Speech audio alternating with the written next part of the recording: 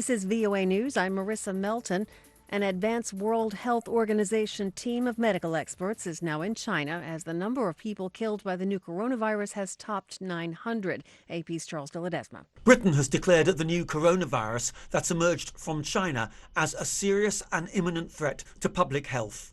The Department of Health says people with the virus can now be forcibly quarantined and will not be free to leave. It named 2 British hospitals as isolation facilities for those affected by the disease and designated the Chinese city of Wuhan and a wider territory as an infected area. The shift in policy comes after a British man who caught the disease at a business conference in Singapore in January appears to be linked to at least 7 other confirmed cases in Europe. Charles de Ledesma, London. Artillery strikes between Turkish and Syrian government troops have killed at least 5 Turkish soldiers. Reuters' Matthew Laratanda has more. Open fighting between Syrian government troops and Turkish forces has flared once again. Fighting formerly kept at bay by mediation from Russia.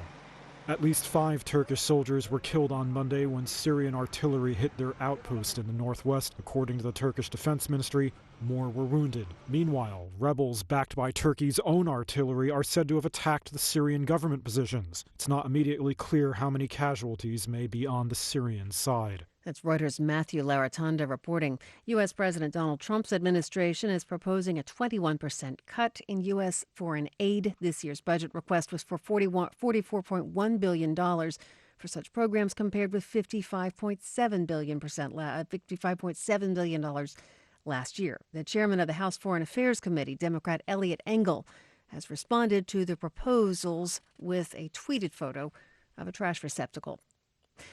From Washington, D.C., you're listening to VOA News.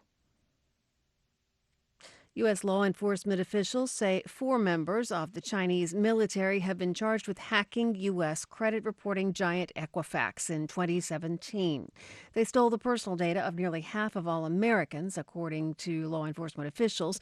FBI Deputy Director David Bowdich says some might wonder what good it does to indict hackers that are beyond the reach of the U.S. government. We can't take them into custody, try them in a court of law, and lock them up.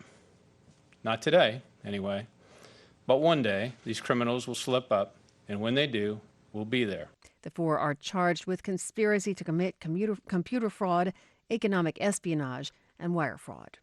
U.S. Senate Democratic leader Chuck Schumer is asking the Defense Department watchdog to investigate what he says is illegal retaliation by President Trump against a witness who testified against him at Mr. Trump's impeachment hearings. The president dismissed Army Lieutenant Colonel Alexander Vindman as a Ukraine expert at the National Security Council in the White House on Friday. U.S. Democratic presidential contenders are making their closing pitches to voters in New Hampshire. Senator Bernie Sanders and Mayor Pete Buttigieg are leading in polls, but an energized Senator Amy Klobuchar is gaining ground. I am someone that can win this thing. And I think that's why we are surging. I think the people of New Hampshire get it. You are a state that's a primary, so people can vote who are independent as well as our fired up Democratic base. You know how to count votes. I have been through kind of a traumatic experience, so and you know how to get this done. Earlier, Bernie Sanders told supporters Tuesday's primary in New Hampshire is about a grassroots campaign taking on powerful special interests. It's about bringing our people together to begin the process to end the presidency of Donald Trump and to transform our country so that we have an economy and a government that work for all of us, not just wealthy campaign contributors. President Trump will make his own campaign stop in New Hampshire on Monday night. Storm Siara has been named one of Northern Europe's most violent storms in years, with at least 5 people dead, roads flooded, and many areas left without power. On Monday, the British National Weather Service described Siara as the storm of the century due to the scale of destruction it has caused. Northern Austria saw 35,000 households without power. 90,000 homes are without power in France. Flooding has disrupted traffic in Luxembourg and Belgium. The storm has grounded hundreds of flights across Germany and the Netherlands. I'm Marissa Melton. You're listening to VOA News.